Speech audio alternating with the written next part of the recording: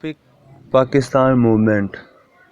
Muslim nationalism, the evolution of two-nation theory. Meanings of two-nation theory. The term two-nation theory has often appeared to be a difficult meaning for the leaders. However, it is not that difficult to understand and define the term. It requires a deep and intensive observation of the historical facts which contributed a great deal toward the development and origin of two-nation concept. The two-nation theory in its simplest way means the cultural, political, religious, economic and social dissimilarities between the two major communities, Hindus and Muslims, of the subcontinent. These differences of outlook in fact were greatly instrumental in giving rise for the partition of India into two independent states. It was mainly due to these differences of culture, religion and history that the Muslims of the subcontinent early decided to demand a separate homeland in order to provide safeguards to their separate and distinct identity as a nation. The evolution of the two-nation theory. The Quaid-e-Azam once said Pakistan was established the day when the first Indian national embraced Islam. The saying of the Quaid-e-Azam proves that the two nationalities were born the day the first Indian national entered the fold of Islam, meaning thereby that a separate nation was born in the subcontinent whose understanding of life was quite distinct from the other nationalities. The Hindus and Muslims, in spite of living together for centuries, could not forget their individual cultures and civilization and kept away from each other. They could not merge in each other's way of life to become one nation.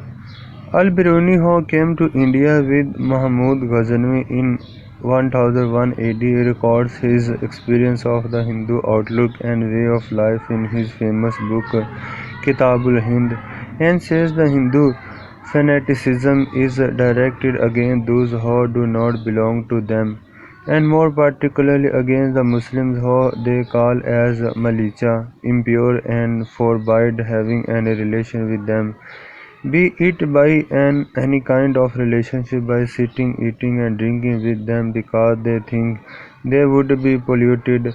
They consider as impure anything which touches the person of any foreigner. The Hindu society maintained this peculiar character over the centuries. The two societies, Hindu and Muslim, like two streams, have sometimes touched but never merged each other following its separate course. The main reason for this difference of culture, civilization outlook was the religion of Islam, which cannot be assimilated in any other system. These differences in fact were responsible for giving rise to the Muslim feelings of separateness, which compelled them to demand a separate homeland. These differences are discussed in detail in the following lines to give a clearer picture of the Hindu antagonism toward Muslims. First of all, we describe religious differences.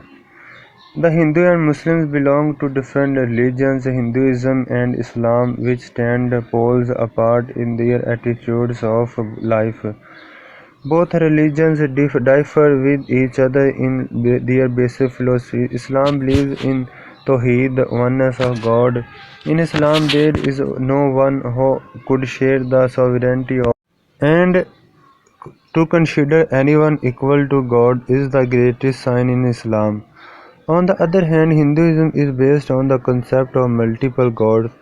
How a nation which believed in the multiplicity of gods could repose its belief in the oneness of God, and there lies the basic difference between Hindu and Muslim way of thinking. Islam is based on monotheism and believes in the equality of mankind before the law, while Hinduism is immensely flexible in its attitude toward God. Islam gives a message of peace and brotherhood. It teaches toleration, social justice, and equality. Belief in God, the Holy Prophet, peace be upon him, and the Holy Book are the basic tenets of Islam. Whereas there is no such concept in Hinduism, Islam does not believe in color, caste, creed, or social status. No importance has been given to geographical or linguistic affiliations in Islam. Hinduism, unlike Islam, preaches the most ignoble caste system which had divided the society into four privileged and underprivileged classes as Brahmins, Kshatriya, Vaishya, and Shudra. Islam deals with every aspect of life, while Hinduism deals with a few selected aspects of life.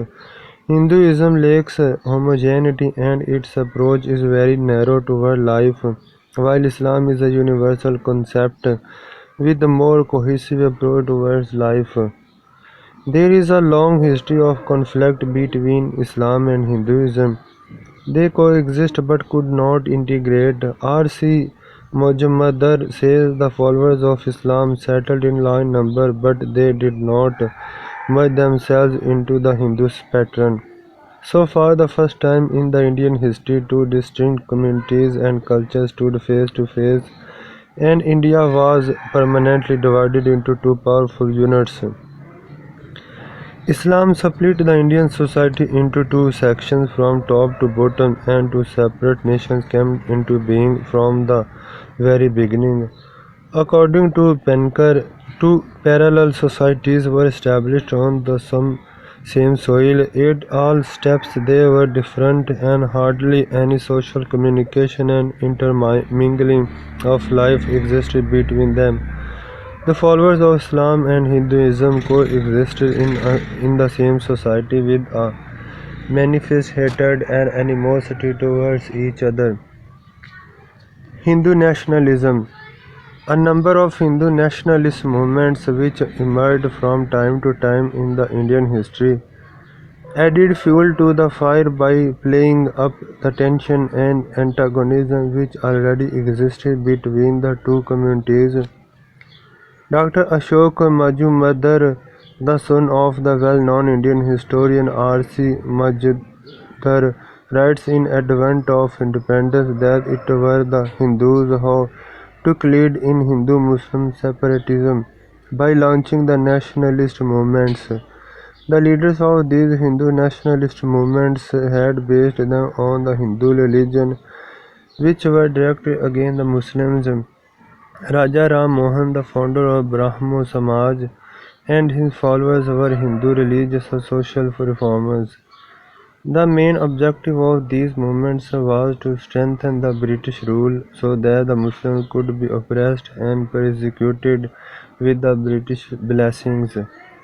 The rise of Arya Samaj in the 19th century greatly intensified the Hindu nationalism as it was rooted through antagonism against the Muslims.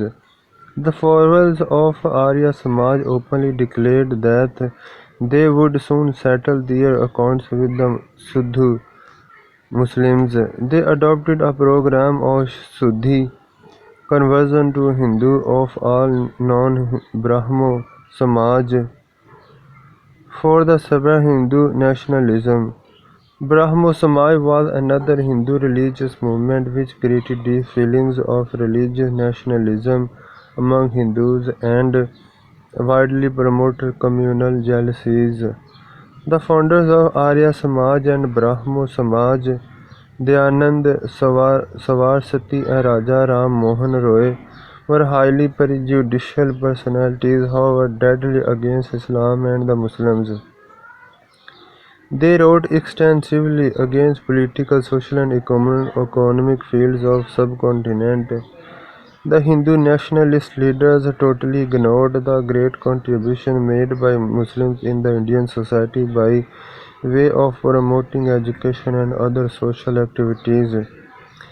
Their writings and ideas flared up the communal discord between Hindus and Muslims to further pollute the political condition. Cultural and social differences between Hindus and Muslims. The Hindus and Muslims belonged to different cultures based on their divergent outlook toward life. The two communities inherited cultural background with glaring contrast of outlook, history, religion, and civilization. Their beliefs, thinking, and approaches towards various aspects of life were easily distinguishable from each other. The Hindus and Muslims followed different social customs and traditions. The Hindus burned their dead bodies while Muslims buried them. Their language and communication reflected peculiar and different ways and styles. Hindus considered the mother cow as a sacred animal and worshipped it, while the Muslims slaughtered it for eating and sacrificial purposes. The Hindus and Muslims did not intermarry nor did they interdine. The Muslims were keen as militia impure, and anything touched by a Muslim was polluted and extensively washed and cleansed with the sacred water of Ganga. Hindu and Muslim families which lived in the same neighborhood for generations could be distinguished at a glance from each other. The clothes, the foods, and the household utensils, the layout of homes, the words of salutation, the gesture, and everything about them will be different and will immediately point to their distinctive origin. The Muslims were meat eaters while the Hindus loved to eat vegetables and pulses. The Hindus took themselves as a superior race and avoided connection with other communities. They were particularly very sensitive about the relations with the Muslims whom they considered as a sordid section of the Indian society. They would never allow a Muslim to enter their kitchen. If ever a Muslim touched the household article or a person of a Hindu, the same was taken as polluted and to be washed and cleansed immediately to shed away the impurity and pollution thus caused by a Muslim. Economic and educational differences. With the fall of Mughal Empire in 1857, the Muslims' political power in South Asia was completely annihilated. The British held the Muslims responsible for the war and put them under great suppression and humiliation. As the British had snatched power from the Muslims, they were very keen to ensure that the Muslims should not be in a position to regain their lost political power. The British therefore adopted a harsh and severe policy against the reformer rulers of India. The aftermath of the War of 1857 closed all doors of economic prosperity on the Muslims. Trade policies extremely detrimental to the Muslims' interests were enforced in order to crush the economic condition of the Muslims. The Muslims were thrown out the government service in addition to the confiscation of their estates and properties. The harsh policy adopted by the British destroyed the economic conditions of Muslims, who found themselves at the brink of social and economic disaster. On the other hand, the British extended enormous favor to Hindus and allowed them a free access to prosper and progress economically. All attractive and high-ranking jobs were reserved for the Hindus, while the Muslims were declared ineligible for government service. The Hindus, with the blessings of the British government, tried their best to crush the Muslims in economic field. The Hindus quickly monopolized the economic resources due to the opportunity thrown to them by British rulers. They worked in a united and disciplined manner with an objective of humbling down the Muslims in the economic sector. The Hindus had also advanced in the educational field because they quickly and readily took to the English education.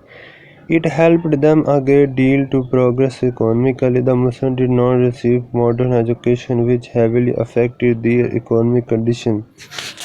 The Muslims were not in a position to compete with the Hindus because they did not possess sufficient know-how essential for competing in the economic field. The Muslims were mostly the creditors because they lacked economic resources and sufficient capital to embark upon economic struggle. They had to depend on the Hindu moneylenders for pursuing their trade and business and fell on easy prey to the most cruel exploitation by the Hindus. Political differences between Hindus and Muslims. The political differences between Hindus and Muslims have played an important and significant role in the development and evolution of the two-nation theory in the subcontinent. The Hindu-Urdu controversy in 1864 was the first glimmering of the political tussle which impaired the relations between the two communities. Sir Syed Ahmad Khan in 1867 very rightly observed and expressed to the Commissioner of Benares that the Hindu attempt to replace Urdu by Hindi would strike at the roots of the Hindu-Muslim unity. Hindus demanded that Urdu should be replaced by Hindi as an official language. The Hindus launched a violent agitation to press the government to accede to their demand of scrapping Urdu as an official language.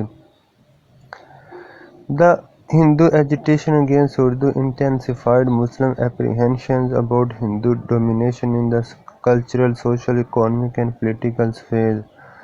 The Hindu attitude to Muslim interests genuinely created fears among the Muslims about the heinous Hindu designs. The All India National Congress was established in 1885 at the initiative of A. O. Hume, a retired civil servant. With the establishment of Congress, the political interests of the Muslims were gravely jeopardized. The Congress claimed at its inception that it would strive for the safeguards of the interests of all Indian communities, irrespective of their religion or political leanings. For some time in the beginning, Congress did adhere to its promises and displayed a posture of a national organization, but with the time it turned into a pure Hindu body working for the safeguards of the Hindu interest. The demands which were projected from Congress platform appeared very innocent and democratic but were actually aimed at the complete elimination of the Muslims from the Indian society. Congress demanded the introduction of a representative democracy on British pattern. The representative democracy stands for majority rule and places the majority under the mandate of the majority for all political matters.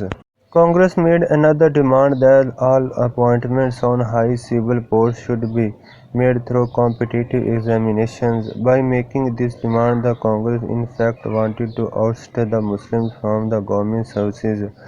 The acceptance of this demand would have rendered the Muslims economically ruined and destroyed. In 1905, the province of Bengal was divided on purely administrative grounds, being a very large area. The partition of Bengal ensured a number of political benefits for the Muslims who saw in this action of the government a slender chance of happy and stable political future for themselves. The entire Hindu community and the Congress itself erupted into a violent agitation against the partition. The main reason behind Hindu agitation against the partition was that it brought the prospects of better future for the Muslims, which the narrow-minded Hindus would never tolerate. The government succumbed to the violent Hindu agitation, and a good decision bound to ameliorate the oppressed Muslim masses was undone to the great dismay of the entire Muslim population of the subcontinent. The partition of Bengal was annulled in 1911, reverting the Muslims to their old position of subservience. The Muslims took the cancellation of the partition as a deliberate attempt by the Hindu majority to forcibly subjugate the Muslim population of India. The blatant Hindu opposition to the Muslim interests aroused the feelings of insecurity among the Muslims and convinced them of the need for protecting their interests. They therefore demanded a system of separate electorate as a first step to provide safeguard to their political interests. The similar deputation demanded an adequate safeguard for the Muslims in the wake of Hindu and Congress propaganda against the Muslims. The political animosity between the two nations surmounted the previous scales in 1930s when Congress was settled into political power. The Congress assumed the government in 8 provinces after winning the elections held under the Act of 1935. It adopted atrocious method to settle their old accounts with the Muslims living in Congress-ruled provinces. The attitude of the Congress ministries proved to be the decisive factor which led the Muslims to the final conclusion that the future of the Muslims was not safe in the United India. They found that there was no other way open to them except demanding a separate homeland, which was the only answer to the Muslim sufferings. The above discussion shows that there was an unbridgeable gulf between the Hindus and the Muslims. The two communities were glaringly distinct from each other ideologically, culturally, politically, socially, and economically. In the presence of such deep-rooted contrasts of thinking and approach, how the Muslims and Hindus could develop the common nationality as claimed by Gandhi. The intense and deep-rooted feelings of cultural, social, political, and economic differences are in fact the two-nation theory, which became the basis of the establishment of Pakistan. The Muslims demanded Pakistan in order to protect their cultural, political, and economic distinctiveness, which was precariously threatened in the United India under the Hindu and Congress hegemony. The problems of independence India and the Muslims. The Britishers who had come to India as traders began to indulge in the political affairs of the country.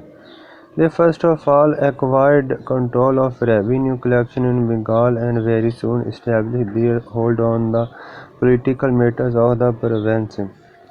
They had quickly sensed the long-standing hatred and animosity between the Hindus and Muslims and rightly decided to play up the conflict to their own advantage. The British felt that the Muslims were the main hurdle in their ascendancy to the political power in India and therefore adopted a harsh policy towards them. They came nearer to the Hindus in view of their numerical and political nations and extended enormous favors to them in order to win their confidence against the Muslims. The War of Independence of 1857 ended in disaster and established the direct British rule over India. The Mughal Empire was liquidated and the emperor was imprisoned along with his family. The Muslims, who had a proud of history of glorious rule over India, fell from their position of eminence to that of a humiliated and downgraded community. The British rule had come as an opportunity for the Hindus to settle their accounts with the Muslims who had subjugated them for centuries in spite of their majority.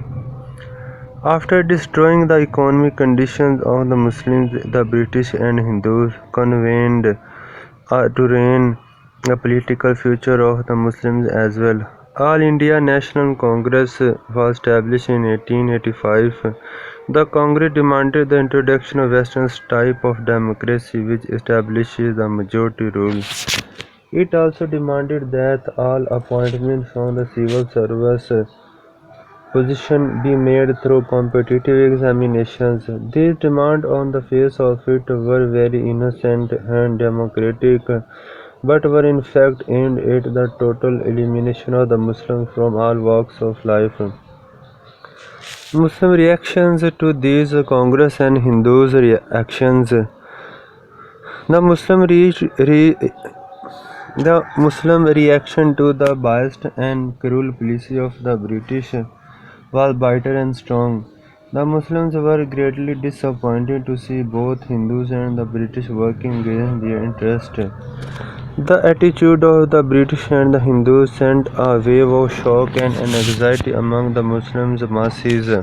The Muslims, however, could not reconcile with the downgraded position and were not prepared to see their downfall as a nation.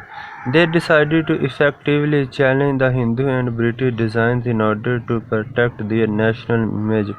The great Muslim saints, mystics and Sufis like Hazrat Mujaddad Ali Sani and Hazrat Shah Waliullah, Sir Syed Ahmad Shahid and Sir Syed Ahmad Khan came forward to guide the Muslims in their despair and ask them to wage a valiant struggle for the revival of Islam in the subcontinent. A large number of revival movements grew under the dynamic and dauntless leadership of these reformers for the renaissance of the Muslims in the subcontinent. Demands of separate electorate by the Muslims. The humiliated treatment which the Muslims got at the hands of the British and Hindus developed feelings of unrest and suspicion among them. They felt insecure, their future appeared to have been doomed forever in wake of highly prejudicial attitude of the Hindus and the British. The Muslim suspicion and apprehensions were further strengthened by the attitude of the Hindus in the later stages, who keenly desired to enslave the entire Muslim population of India. The Hindu agitation against Urdu and partition of Bengal is an ample proof of heinous Hindu objectives of perpetually subduing the Muslims. The Muslims therefore, in order to safeguard their future, demanded the system of separate electorate for their representation in the legislature and other representative bodies. The similar deputation demanded the separate electorate besides other safeguards for the Muslims, which was conceded by the Minto Mole reforms of 1909. The establishment of Muslim League in 1906 infused a new spirit among the Muslims, who now decided to struggle for independence and throw off the yoke of Hindu domination. The Muslim League provided the dedicated leadership to the Indian Muslims who took them to their cherished destination of a separate homeland. There come a change in the Muslim politics. Hindu prejudice towards the Muslims created this change. The Muslims had extended full cooperation to Hindus by concluding the Lucknow Pact 1916. The Hindus for some time also expressed their willingness to accept Muslim demands and gave their approval to the scheme of separate electorate. The atmosphere of cooperation and amity between the Muslims and Hindus could not last very long after Gandhi's betrayal to the Muslim cause during the Khilafat movement. Gandhi's unilateral decision of calling off non-cooperation movement did irreparable damage to Khilafat movement which failed to accomplish its objective. The failure of Khilafat movement put an end to the Hindu-Muslim unity which was accomplished through the sincere efforts of the Qaid-e-Azam at Lucknow Pact in 1915. Meanwhile, some extremist Hindu movements emerged on the Indian politics which aroused communal jealousy and discord between the two communities. The most significant was Hindu Mahasabha established in 1921 by Pandit Mohan Malvi Monji. The organization soon became very popular among the Hindus who now looked towards the Muslims with revived hatred and narrow-mindedness. The Hindu Mahasabha launched a number of movements with an objective of converting the Muslims to Hinduism. The movement of Shuddhi was started by Munshi Ram, later known as Shardha Nand, under the personal supervision of Dr. Manje.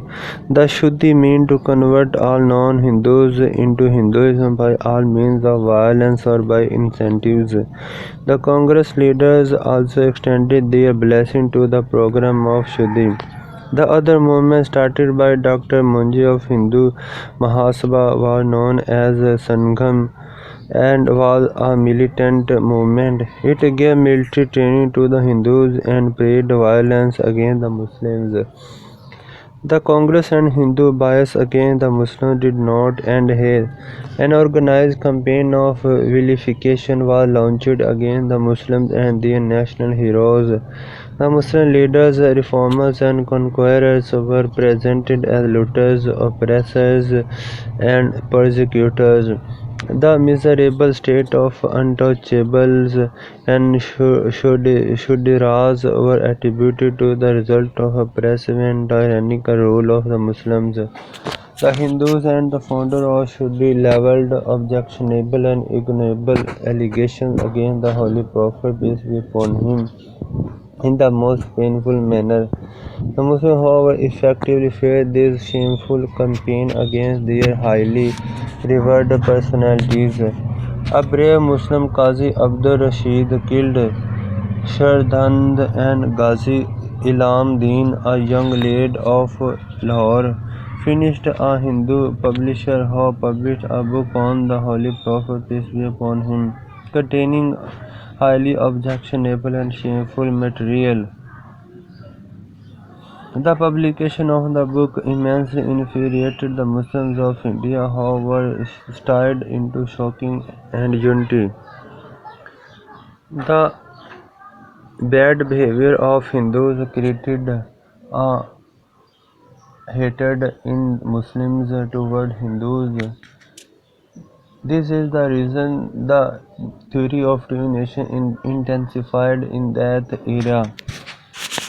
So the Muslims demanded for separate state for their peoples to live peaceful life and to practice their religious values and practices.